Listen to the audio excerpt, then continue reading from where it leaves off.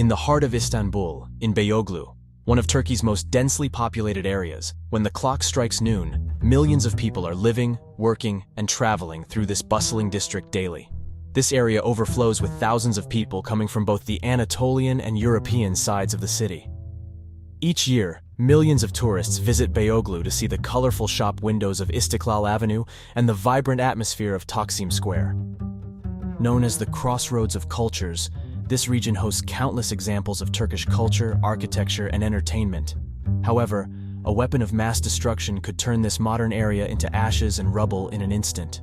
Just a minute past noon, an unmarked bomber aircraft, carrying numerous thermonuclear weapons, or hydrogen bombs, flies over Beyoğlu. These weapons of mass destruction could create explosions thousands of times more powerful than the atomic bombs dropped on Hiroshima and Nagasaki in 1945. The largest thermonuclear weapon ever tested was the Tsar Bomba, or RDS-220 by the Soviet Union. During the Cold War, the Tsar Bomba was designed to demonstrate Soviet military might. Its single test yielded an approximate 50 megatons or 50 million tons of TNT equivalent, becoming the most powerful man-made explosion in history. Not all thermonuclear weapons are as powerful as the Tsar Bomba, but even smaller bombs like the United States B-41 can bring unimaginable destruction. The immense energy produced by any thermonuclear weapon originates from the combination of two chemical processes, nuclear fission and nuclear fusion. Similar to the atomic bombs dropped on Japan, nuclear fission splits large atoms into smaller nuclei, creating energy. Thermonuclear weapons utilize fission to generate heat and explosive power, but also employ nuclear fusion. In this process, small hydrogen atoms, such as tritium or deuterium isotopes, are fused under extremely high temperatures. Normally, these positively charged and ionized isotopes repel each other. However, with sufficient kinetic energy, they can overcome this repulsion and merge into a larger helium atom. In doing so, they lose a small percentage of their mass, which is converted into energy. As Einstein's famous equation states, energy is equal to mass times the square of the speed of light. Thus, these minute chemical reactions can produce enough energy to cause devastation. At the moment of detonation, the primary fission reaction raises temperatures inside the bomb to over 100 million degrees. This heat rapidly travels through the detonation system, triggering a fusion reaction in the bomb's gaseous fuel containing hydrogen isotopes. The fusion fuel, in turn, triggers fission within a spark plug made of uranium or plutonium. This chemical chain reaction allows some hydrogen bombs to generate explosive power equivalent to several million tons of TNT.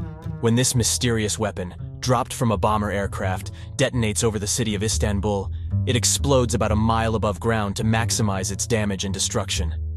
Seconds after the explosion, those witnessing the event are blinded by a flash of white light, shining brighter than the sun for a brief moment. A gigantic fireball bursts outward, vaporizing almost everything it touches instantly. Istanbul's towering buildings and taxis turn to dust as the temperature of the fireball reaches tens of millions of degrees. The fireball emits a ring of thermal energy from its core, scorching all living beings and causing severe damage to everything except the most robust structures. Iconic skyscrapers, like the Galata Tower, collapse in flames. The vegetation in Taksim Gezi Park turns to ash, and all flammable materials melt or ignite. Nearly 100% of people within this thermal ring suffer fatal third-degree burns, destroying their nerves, hair, and multiple layers of skin. As the fireball rapidly expands, it pushes the surrounding air away, generating a supersonic shockwave from the center of the explosion.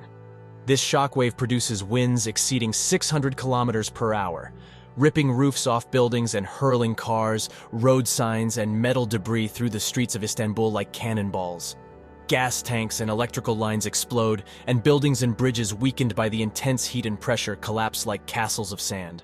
Within seconds of the blast, much of Beyoğlu and hundreds of cultural landmarks are shattered, melted, and reduced to rubble. Around ground zero, hot, vaporized debris is swept up in a violent upward current into the atmosphere, forming a mushroom-shaped cloud higher than any structure on Earth. The vaporized debris, mixed with radioactive particles in the cloud, creates radioactive dust or fallout.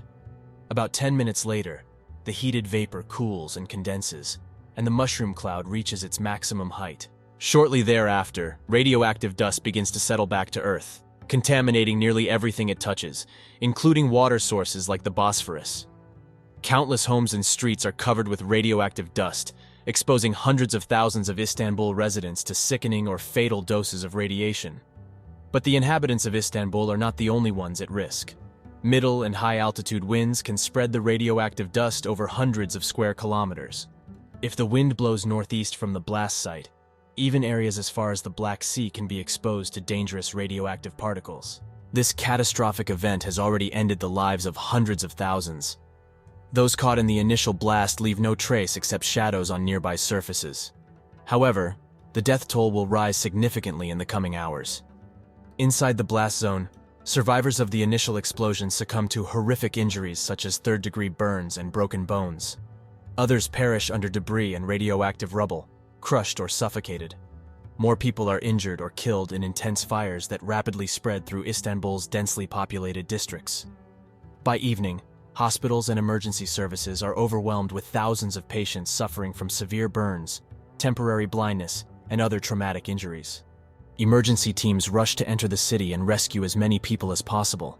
But the streets of Istanbul are clogged with hazardous debris and surfaces still hot enough to melt skin and tires. Rescue workers do their best to aid survivors on the outskirts of the blast area, but reaching those near ground zero may take days. Without medical treatment, more people succumb to their injuries, and the death toll continues to climb. Meanwhile, radioactive dust spreads to northeastern Turkey, causing another wave of hospitalizations.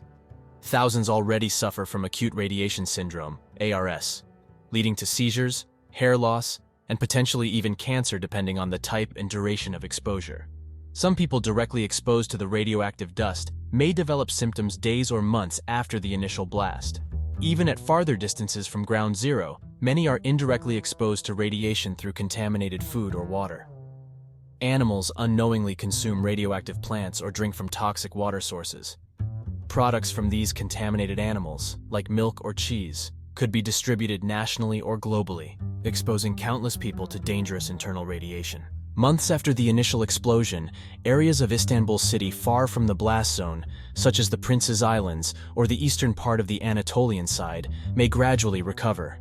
As radiation levels decrease and debris is cleared, residents of these areas can return to their homes, but it might take years before most of the city becomes clean and safe for human settlement. The aftermath of this disaster threatens not just public health and safety. If a thermonuclear bomb were to explode over Istanbul, the blast could trigger a global socio-economic crisis. Many vital businesses losing their workforce and expert personnel could face bankruptcy.